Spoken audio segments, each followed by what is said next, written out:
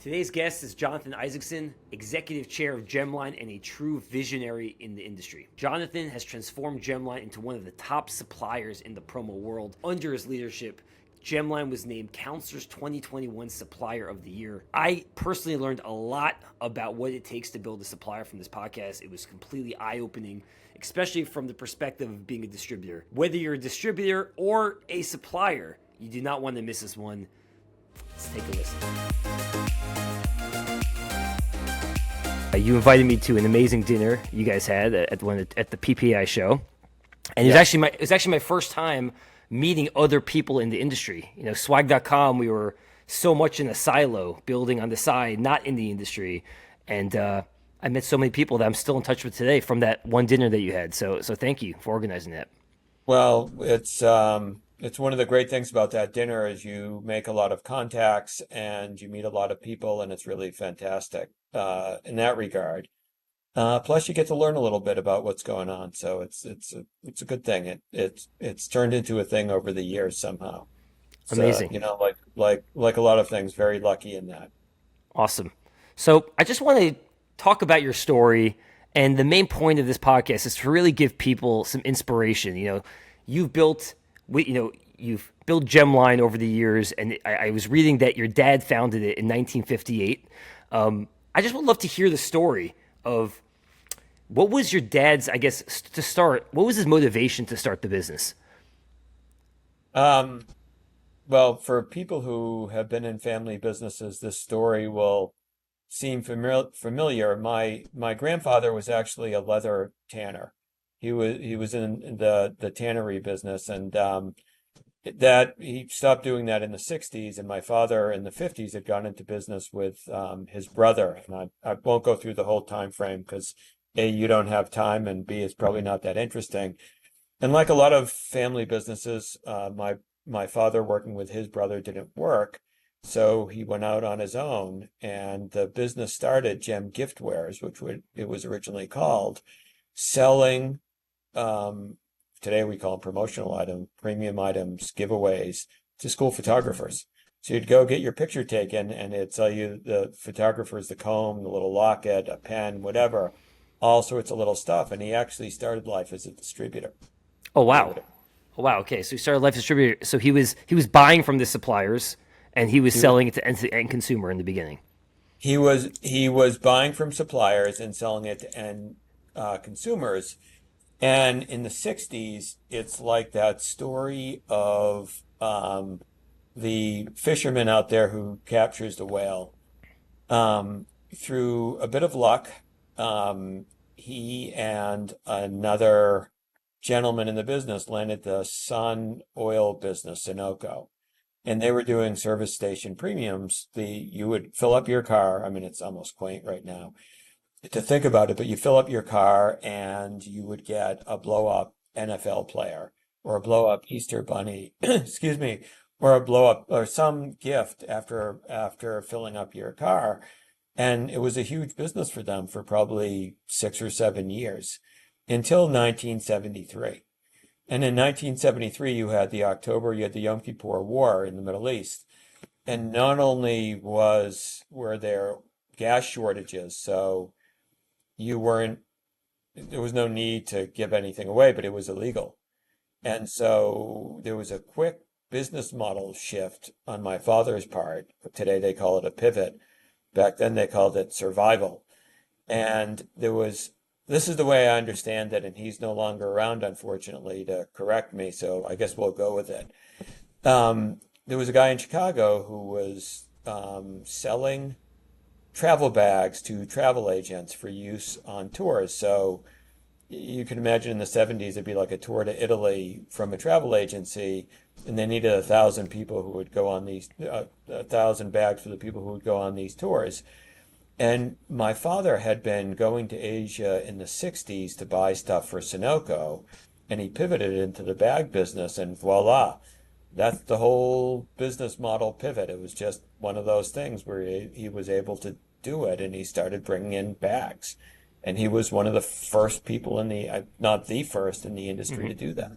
So he said the first product line that he was doing was bags. He saw something that bags was maybe the way for him to cut through the noise in the industry. Where did he source these bags initially? Korea and Taiwan. Primarily, we eventually opened an office in Taiwan for many years. And then in 1980, China opened up to do business, and he immediately went up there to do business in China.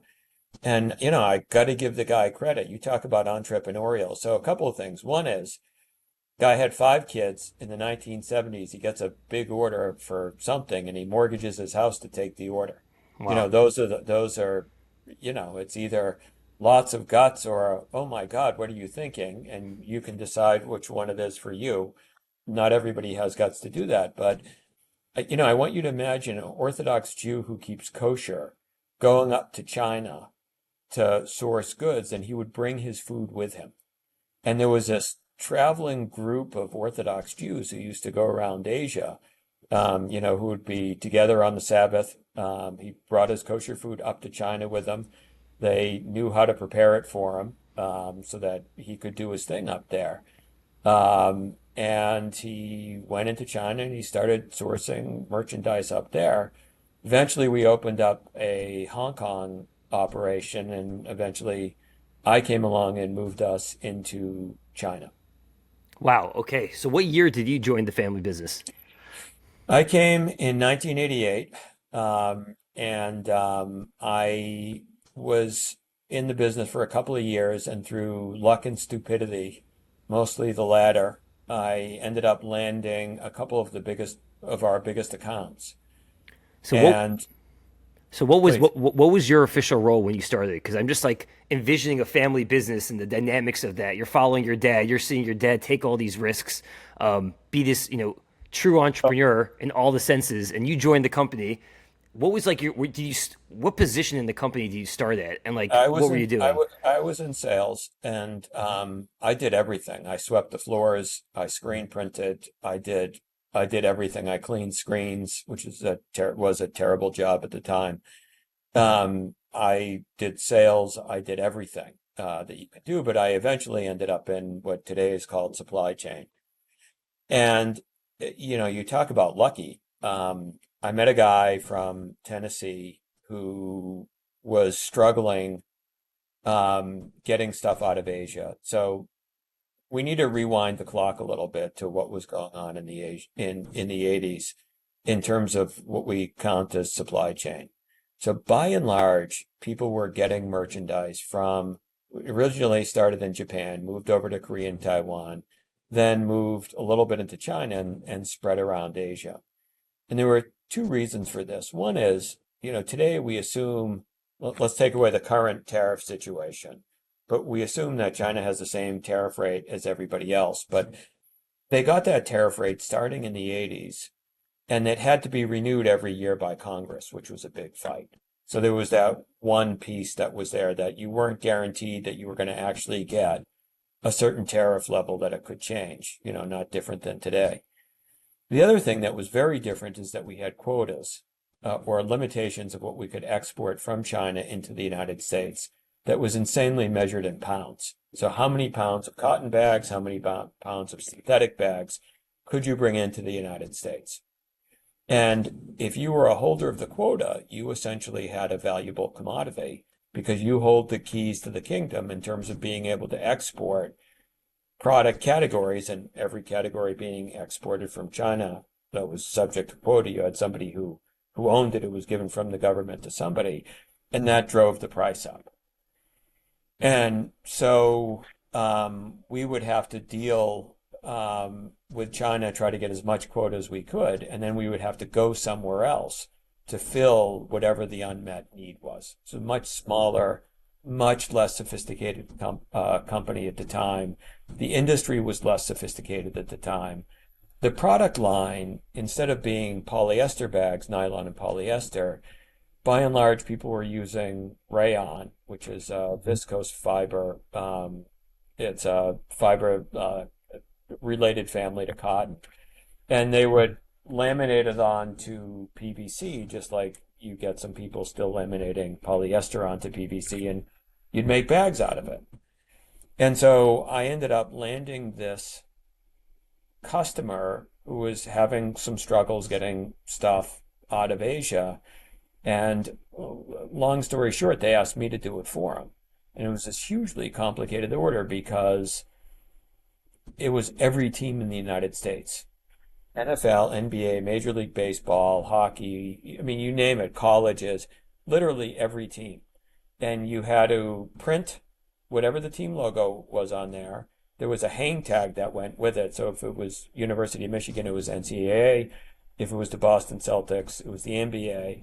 But they didn't read or write English, never at that time. Never mind having some intrinsic knowledge that the Bulls were the NBA and the Bears were the NFL. And it had to be in a box that had to be marked. Style, color, league, all that stuff, literally for every team. So I decided to move to Asia to run the supply chain and run this order. And I lived in the factory. In fact, funny story, and now it's funny. My wife didn't think it was funny at the time. I had just gotten married. And I got a call from our Hong Kong office manager saying the factory won't take the order. It's too complicated. So this was a Sunday morning, and I said, have him meet me in the coffee shop of the hotel. So I went down there. I met him. I hadn't even gotten an apartment yet. And the guy said, this is too complicated. I'm not taking the order. I said, well, you have to take the order. We're going to do the order. He said, I can't. Mm-hmm. I said, I'll do it. And he said, okay. So I went upstairs, packed my bag, told my wife I'd be back in 2 weeks, and left her and went up to the factory, and we ran the order. And I sat in that factory with their team running that order, getting my fingernails dirty, and understanding how production and things worked in China. And the only other people there at this factory at the time were High Sierra. It was us and High Sierra. Actually, they were in the same city. They weren't in the same factory. So slight adjustment with that. And the company out of Tennessee sent a quality control team up to inspect the goods. When they showed up, we picked them up at the airport in China and brought them up to the factory. And when we got up there, the factory owner had disappeared, because he was frightened that the order wouldn't pass inspection. And we spent 2 days running through the order. There was one mistake where I had made a typo, because not only was I running the order, I was also order entry. I would sit there on my computer and make spreadsheets of everything that was going to be done and match it all up. And I had somehow transposed the Notre Dame bag, had the wrong hang tag on it. Easily fixable, pulled it off, replaced them, packed everything up. And I will never forget, as long as I live, walking across the factory, essentially lot, and the factory owner, whose name was Mr. Chen, putting his arm around my shoulder and saying to me in Chinese, I knew we could do this. I remember just looking at him and saying, okay, all right, whatever. But it was a great learning experience in terms of dealing with customers, dealing with all the problems that you have, being able to communicate with people, understanding how production went along, understanding how everything came together and what made a supply chain. We ran that order. It was a spectacular account until they went out of business. They had invested in some other things that didn't make sense. So it's a great order. That sounds amazing, and obviously a crazy learning experience for yourself. I mean, working on the factory floor. Do you still work with that same manufacturer in China? No, they didn't last over time. We tend to. One of the things I learned is that we're not so transactional with the people that we do business with. We're into relationships and building understanding. If you want to get, there's two things. One is, if you want to get quality, you have to have a relationship and learn each other's problems. And we can talk about brands later on, but we're not, when we have a brand like Moleskin or Samsonite or the new Rubbermaid brands or whoever it is, I'm not their customer, I'm their partner. And we say to them up front, I don't want to be your customer, because you deal with the customer differently. And when we work with our supply chain, we work completely differently than almost anybody in the industry in terms of that supply chain. And part of the roots of that is understanding how things work in Asia and being around all these brands. my entire professional career, because the other people who were in these factories, the other companies were consumer brands. I would see High Sierra originally in our original factory in southeastern China in Fujian province. There were two of us. It was High Sierra, there was the Birnbaum family. And Henry Birnbaum, who founded High Sierra, that guy was a legend. He came back from World War II and started bringing duffel bags out of Japan after the war. And then his son Hank went into business. Eventually, got sold to Samsonite Corporation, and ironically, they're one of our brands today. And it's a great joy to me to see them in the brand family, just because of the history way back when. And I had incredible respect for what those folks did and the quality. But those are the people that I would run into, was these brands. And I would watch how they dealt with their factories. I would watch how Samsonite dealt with their factories, because we were in some of the same factories together.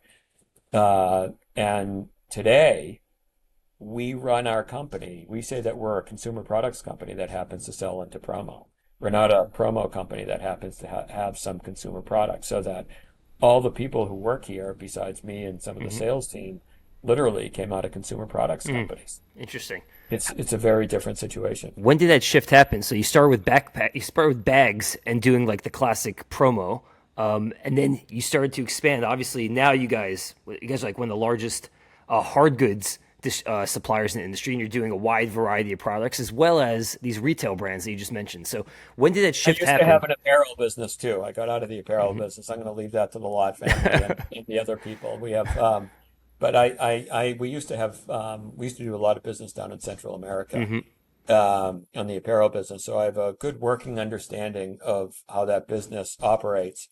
Although I would, even though we were in that business for quite a while, I would not say that I'm expert like those folks are.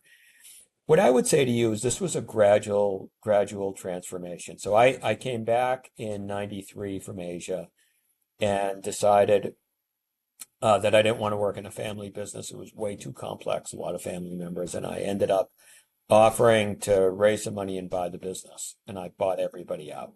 And, once again, I'll give credit to my father, because, he allowed me to do it, and he worked with me to make it work. Just from a financial standpoint, I've made it work for him as well. But it worked out well, and he was willing to let me transition and take the business into a different place.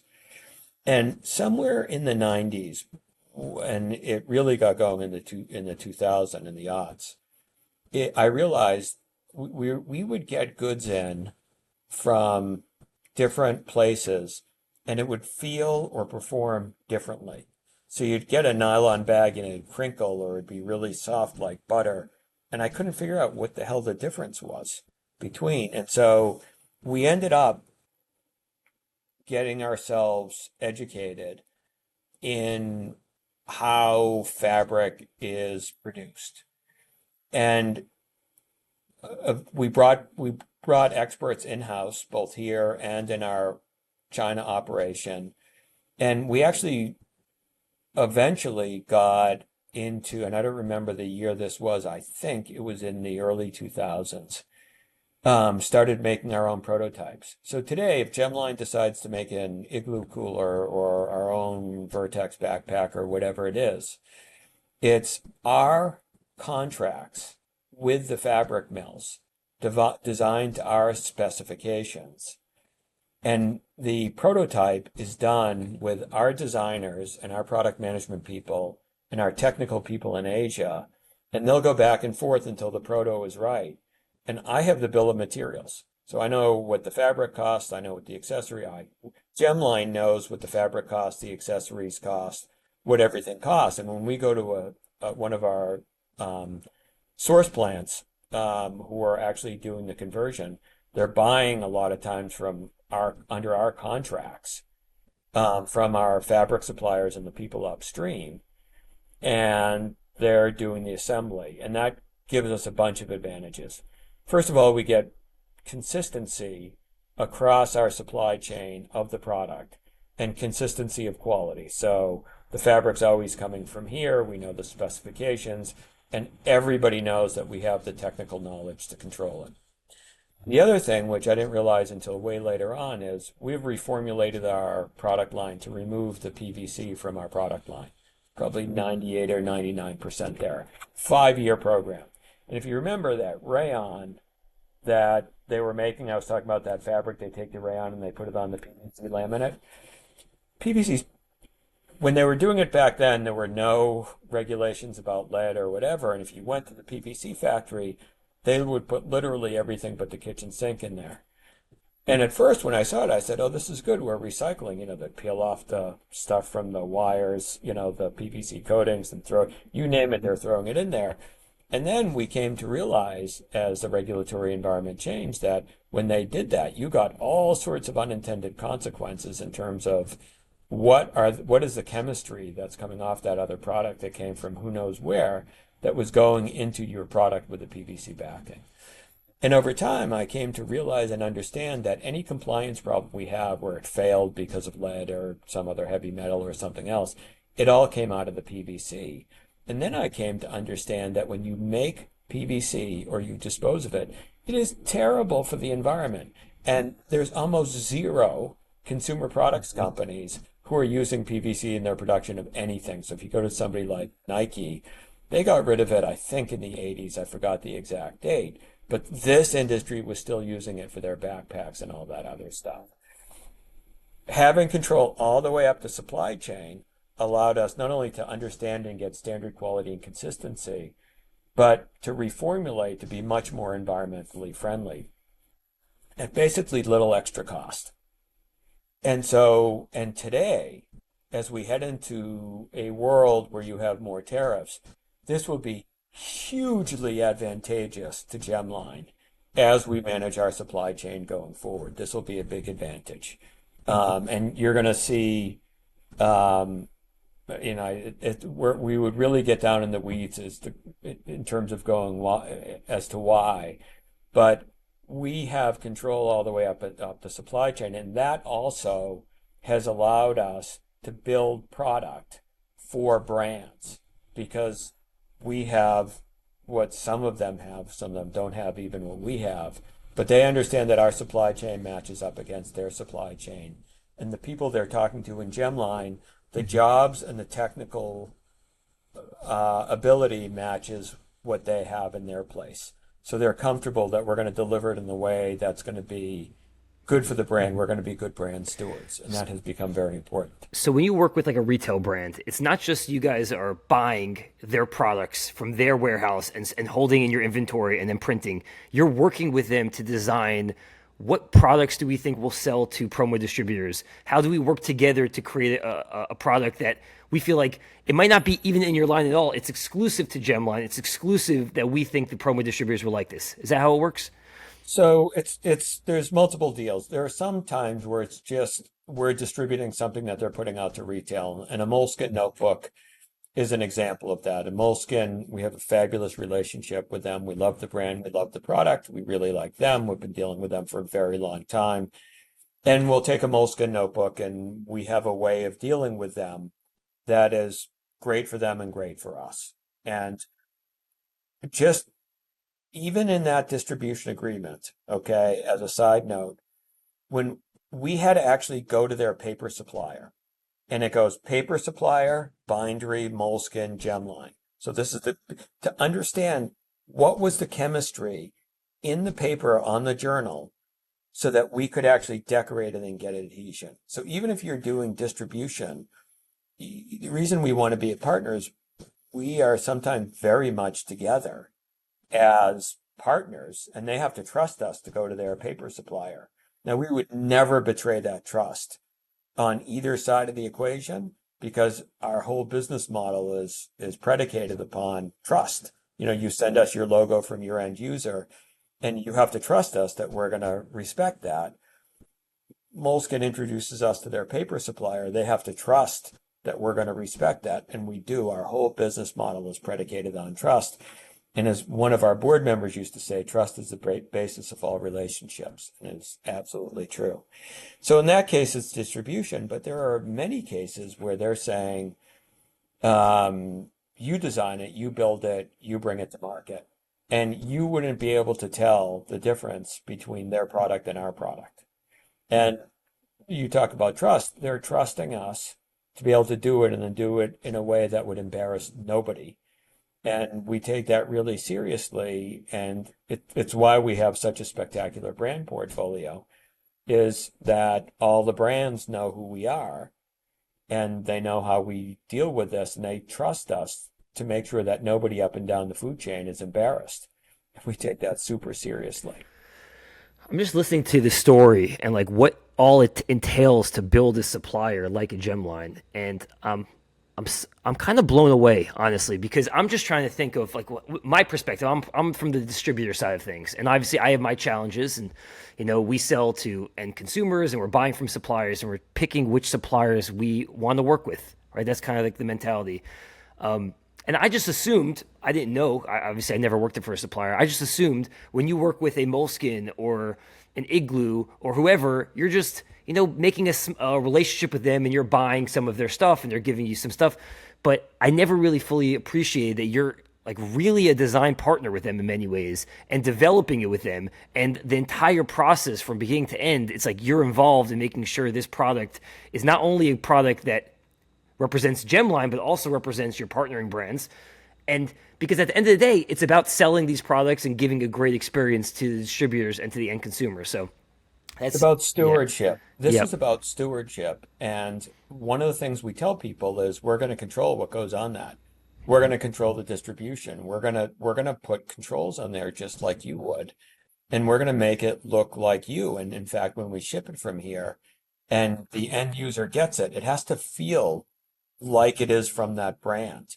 It can't it has to feel like it came from High Sierra or it came from Igloo or Corksicle or pick, I think we're going to be at 35 or 38 brands, something like that by the end of this year. We're about to launch 4 more brands.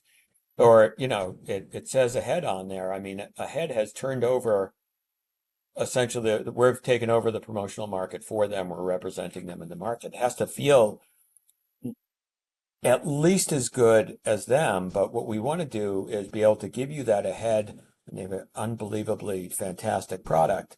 But now we understand the distributor, and we now bring that service element of understanding what your problems are and understanding it may be only 12 hats, but somebody really important is showing up at that meeting and it has to be there. And, people come into this business from retail or the consumer side and their heads spin. They're like, what is this? How does this work? It takes a year to train somebody out of retail for this business because this is really unusual what we do. And everybody in some ways, and in some ways in every way, I mean, the distributor has the supplier here and the end user customer here. For us, it's the whole supplier and the distributor and managing both the distributorship and the distributor salesperson. And our job is to make everybody look good. When I get that item, our whole mantra is that we don't want to sell product that goes into the landfill. We talk about pride in product, pride in people, pride in people, pride in product. That we want something that people are going to be proud to sell. We do it with people we're proud to work with. And we want somebody to open that box and say, wow, this stuff is fantastic. And, I'm happy, I'm proud to carry this around. And this either at least matches the brand or enhances the brand. So I was with a friend of mine who happens to run a quite large financial services firm. And he was showing me all that we did a swag comparison. I told him I was going to upgrade his backpack. And he said, no, I have a ton of backpacks. This is just the one here for that. And we were comparing all this product, not for a long time, but for probably 20 minutes. And one of the things I said to him is that, I mean, getting a job at that company, which he runs, is a pretty big deal. And I said, if you give them the wrong product, not only are they going to be disappointed, they're going to be offended. I went to these elite institutions, I worked my ass off, I got a job at this company, and you gave me this. And it's why you hear me in many venues, and I mean no offense by this, but, dissing stress balls. They provide no value, they're environmentally terrible, and nobody says, wow, this is a great company. They gave me a stress ball. And it really represents the brand well. Versus you can get great products that say something that are environmentally much more friendly. And without breaking the bank, there's so much stuff out there that's fantastic. Why would you give something that doesn't enhance the brand? Nobody's brand is enhanced with a stress ball. And so for us, we want to be proud of what we put out there. We want people to use it. Are we perfect in achieving that goal? No. Do we iterate and iterate and iterate? And that's why if you look at our brand portfolio, we're all in the same place on this. All of the brands that we have, if you look at Sharpie, you talk about a brand, an iconic brand. Who's not happy to have a Sharpie? It's a brand that stands for something. And, along with the rest of the new Rubbermaid, family of brands and products. And so it's a perfect match for us. Mm-hmm. We're not looking to do stuff that is just a throwaway piece. Mm-hmm. And that's has to be your positioning. So I would actually love to hear from you. There's so many suppliers. Clearly, it seems like you guys do something very different than a lot of the others. How do you tell that story? If you like, when I go to PPI show and there's overwhelming number of suppliers, and it could be, who do you even work with? How do you know what's good? People are, besides the retail brands, because that is a differentiator, because only certain suppliers can offer these retail brands. How do you kind of cut through the noise and say, it's not only the products, it's the sourcing, it's the ethical nature that we do things, it's the environmental. I know I read that you guys are a B Corp, and I was kind of blown away by that as well, like a supplier in this industry being a B Corp. So I guess, the largest one in the industry by a New York mile, that's a B Corp. We were also named the Massachusetts Sustainable Business Network named us their Sustainable Business of the Year this year. In the large company category, which is, it's a hard thing to get. So first of all, the way we go to market is that we won't get into it. Back up. A lot of suppliers are in a lot of different categories. We're much more limited in what we do. We will not get into a category unless we can differentiate on quality, design, brand, or sustainability. So when we're sitting there, and you remember we talked about how we engineer the product, and we talk about engineering this. So we're engineering a product, and we have to be able to compete in one way or another. And so we got into umbrellas, and I said, geez, umbrellas, these have been around for a while. Tell me, give me the story, pitch me. And, we're at a very large meeting, and this, when we get into a new category, it comes to me. Otherwise, our team, we have a CEO who's a team who's very capable. They don't need me to tell them the individual product, but tell me, why would we get into umbrellas? And essentially, no PFAS. So if you haven't heard about PFAS, it's these fluorinated forever chemicals. The lawsuits will be forever. They, as well, beyond just the chemical, the lawsuits, this is terrible stuff. And right now, a lot of states have banned this stuff, and people are trying to figure out how they're going to take this out of the system. It's used in waterproofing. Firefighting gear has a lot of PFAS in it, and it's problematic for human health on a number of fronts. Okay. And so we have, I think, one of the only, if not the only umbrellas in the market that are PFAS free, made from recycled materials. I'm like, okay, that's a winner. So we can compete on quality, and we can compete on sustainability. Bang, we're in it with a great product. And so that's a way that we're going to differentiate. Now, if you don't care, and if your customer doesn't care, we're not your guys for that. And that's just fine. But if you do care, we have plenty of products where we're going to differentiate on sustainability, or we're going to differentiate in terms of if you think about, why do people buy Patagonia? You know what you're buying when you buy Patagonia, and you buy the whole package. So when you look at our marketing, if you look at how our people come out, they are explaining the story in order to make the distributor salesperson much more knowledgeable. We want to explain to you why PVC is a problem, why PFAS is a problem. Why are we using recycled cotton? We are I think, the only supplier in the industry who can give you carbon footprint at the item level. And once we figured out what the carbon footprint is, we went and we re-engineered the product to bring down the carbon footprint. There was a goal in it. This actually can be done, and because we're good at engineering upstream, we're able to do that. For a lot of people, that's a differentiator. Totally. Is it for everybody? No. Does everybody buy Patagonia or Arc'teryx or pick a brand? No. Does it's why people like Osprey backpacks. Those folks, technically, they are spectacular. Not that the other ones aren't, but we match perfectly in terms of what are you buying when you buy an Osprey backpack? It's the same stuff you buy from a Gemline. You're going to get that, and you are going to use that thing forever. And you might not even be aware of everything that they've done upstream, but you know what the brand stands for.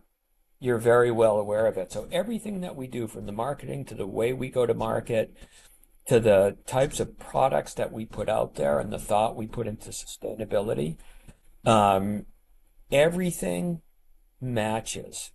We are who we are. And, you're going to choose us because it's important to you, because this fits, because either you have a customer who feels the same way we do about the product and what they put their brand name on, or if it's not something regular for them for some reason, they'll have an event where it's more important. It's their customers, it's their sales leaders, it's their board, it's their ownership.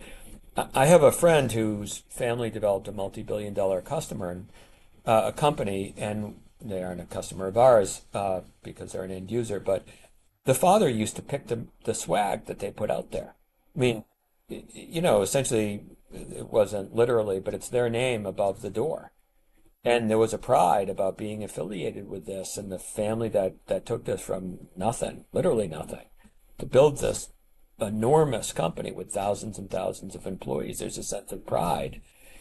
And if you have a sense of pride, it's not a whole lot more to get something that you're going to use for a long time, and that's going to represent the brand well.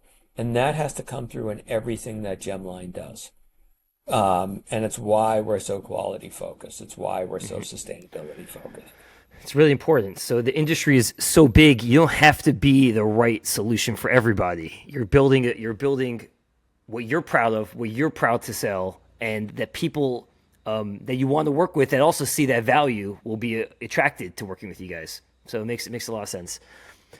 Now, I guess to wrap it up, you've given me a great history and a lot of knowledge of how you're different and how you got into business, and I appreciate it. Where do you see the industry going in the next 5 years? Things, obviously, I don't want to, we could talk about tariffs, but that could be a short-lived thing. I think that's, it's going to come and go and whatever. But the industry as a whole, it feels like there's a lot of shifts happening. Where do you see it going?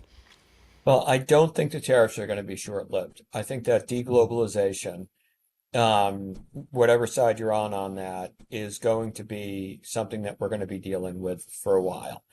And there's a lot of complexity underneath the tariffs, which we would need an hour for, but there's a lot of complexity to that. I think a few things. One is there's been consolidation. I think there's going to be continued consolidation on the supplier side. So if you look at apparel, you have two apparel suppliers that are a New York mile bigger than number three. They're roughly the same size, call it $4 billion, 4, and then what's the next guy? You can go look it up. And I bet, Jeremy, you'd be hard pressed to even name who number three is. In the market today, you've got two. And there's a reason that was the first part of the market to consolidate. It's been much harder in hard goods, but you are going to have consolidation. I do think over time, and it won't be straight line, it'll be an up and down, that sustainability is going to be a huge deal, driven by the buyer that's coming into the market today. So Einstein had his theory of relativity, and relatively, the buyers coming in are younger, at least to where I'm sitting, on the relativity thing. And a lot of them care about sustainability. And Frank Carpenito, our CEO, came out of the food, he was in the food business at one time. He was in other businesses as well. And one of the things he said was that, in the beginning, when people were buying organic foods, there was a big price difference. And you had the people who were all in who were shopping at places like Whole Foods, and they were paying a significant premium. But when that premium went away and it was in within 5%, every store had their organic food section, and things like milk, where you could see a real benefit to buying it, people went organic, by and large, and the industry switched over, and you saw a lot of hormones being removed that people were concerned about. That's where we are in the industry today, that you don't actually have to pay a ton more for sustainability. And I think we're going to go there. And for complicated reasons, the deglobalization and the tariffs will drive that faster, because only China builds certain products that have some of the components that you wouldn't necessarily use today, or a brand wouldn't necessarily use today. And so I think the sustainability is where we're going to go. And I don't, in the 90s, you could just stick out your tin cup and you could collect orders. You didn't have to be a really good operator. But today, when I said that in the 1990s, that was called Mr. Doom and Gloom, turned out to be accurate. But the point is that you can grow even in a mature market. There's plenty of examples. I mean, NVIDIA in the computer business that, invented new categories. But even when they were making GPUs, they were growing like they are still making GPUs. But even when they were making GPUs for gaming, they were growing like crazy and doing super well. And you can find ways to grow in mature businesses. And in this industry, there's tons of ways to grow. We don't think it's a good way to grow to do what everybody else is doing. Nobody needs us for a commodity item. If you want something that you're going to be proud of, that's good quality, a brand, there's only probably, 5 or 6 suppliers in the industry who have all the best brands. They're all, if you notice that they're all aggregated, all agglomerated into just a few suppliers. There's a reason for that as well. But if you want that, you're going to come to us. And I think brands are here to stay. I think that for a lot of companies, if they're going to spend money, they're going to spend money on something that the recipient recognizes the brand promise of what they're getting. So I think brands stay. And I think you're going to, at some level, in spite of the fact that we're in a period of deglobalization with the tariffs and some stuff going on overseas, there is still a global part of this business that's going to continue as well. You have a lot of U.S. distributors who are going over to Europe and buying distributors over there. And, people like Apple and Google and Bank of America, Citibank, Goldman Sachs, they're not going to be less global than they were yesterday. And so we're going to be dealing with them on a global basis as an industry over time. And I think that continues as well. And then the last thing I would say is that in an age where AI is going to become increasingly important, I do think that relationships matter. And one of the things that we do with people who come from out of the industry is explain what a distributor salesperson is going through.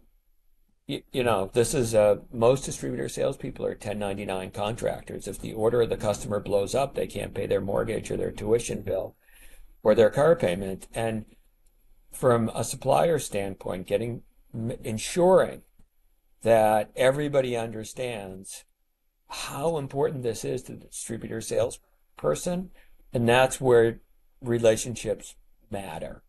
And I think that will stay. Jonathan, thank you so much for the time. This was super insightful. It opened up a whole new perspective of the industry that I've been on the peripheral, like obviously working with suppliers, but never fully understanding all that it takes. So I thank you for your time, and great to see you again. Thank you. Thank you for having me. Amazing.